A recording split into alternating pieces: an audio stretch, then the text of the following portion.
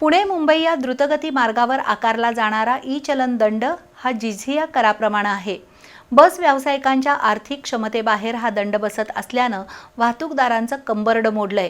बऱ्याचदा बसेसच्या किमतीपेक्षाही दंडाची रक्कम अधिक होत असल्याचं आढळलं आहे। या विरोधात सातत्यानं आंदोलन करून देखील सरकारनं गांभीर्यानं घेतलेलं नाही। त्यामुळे कोल्हापूर जिल्हा बस व्यावसायिक संघटनेच्या प्रदीप राठोड यांनी आमरण उपोषणाला सुरुवात केली आहे।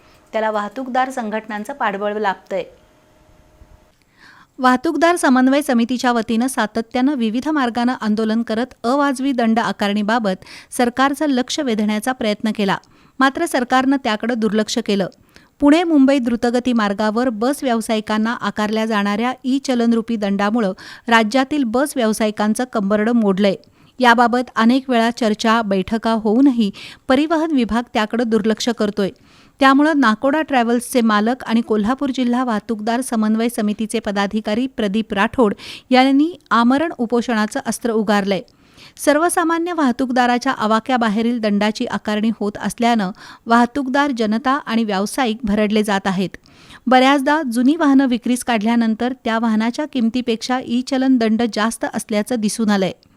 याबाबत अनेक वेळा निवेदनं आंदोलनं केल्यानंतर परिवहन मंत्री प्रतापसिंह सरनाईक यांनी दिलेली आश्वासनं हवेत विरली आहेत। त्यामुळे अखेर प्रदीप राठोड यांनी आमरण उपोषणाचं हत्यार उपसलं।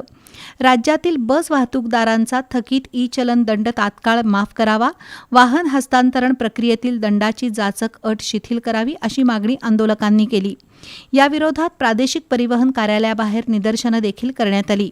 यावेळी सुभाष जाधव, कॉम्रेड सतीशचंद्र कांबळे, वाहतूकदार संघटनेचे बाबू बुचडे, दिलदार मुजावर, माजी नगरसेवक महेश जाधव, उबाठा सेनेचे किरण पडवळ, संजय पटकारे यांच्यासह समितीचे पदाधिकारी आणि बस व्यावसायिक उपस्थित होते।